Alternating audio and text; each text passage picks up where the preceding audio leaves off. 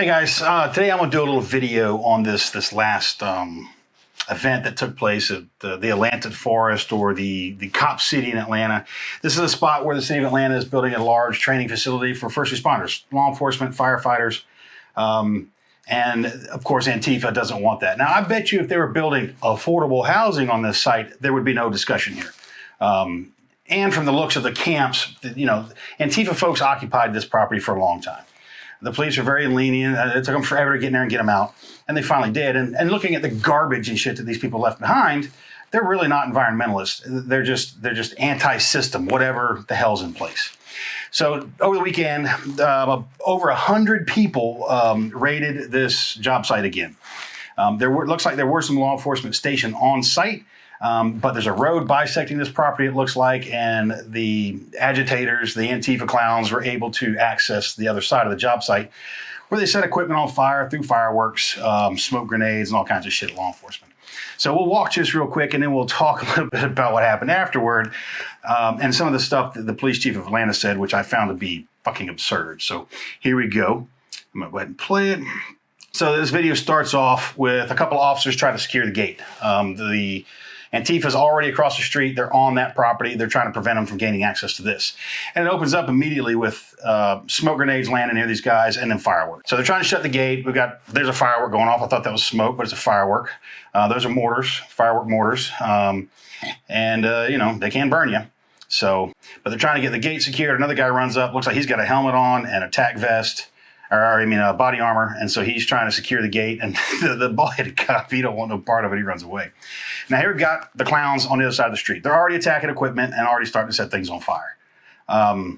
This is absurd. This is what happens when we go soft on criminals.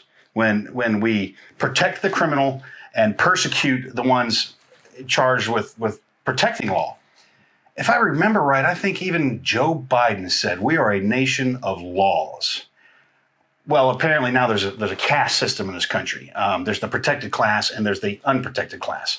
This is obviously the protected class. I paused it. We're going to keep moving. So they're still over there. There's smoke rising. And they're destroying a front end loader. And these guys are all masked.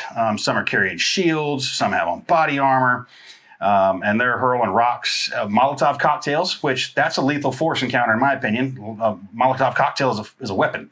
And in my opinion, law enforcement should be allowed to respond in kind. Now, they say that this is a protest. This is not a protest.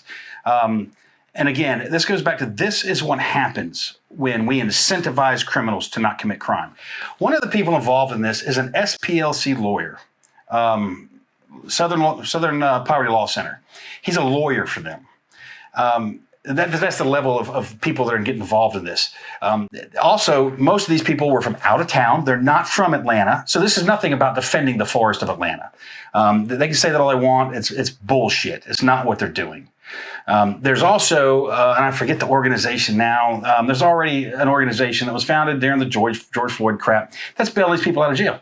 Over 100 people showed up to do this. 35 of them are arrested. Now, the police chief of Atlanta went on TV to say, well, the police officers at Atlanta Police Department used great restraint and non-lethal tactics, I think it was, to effect these arrests. And again, I think that's part of the problem.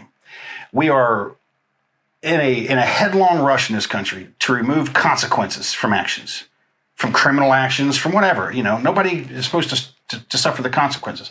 This is what happens when we remove the consequences from people's actions. And they feel that they need protecting and should be allowed to do what they do.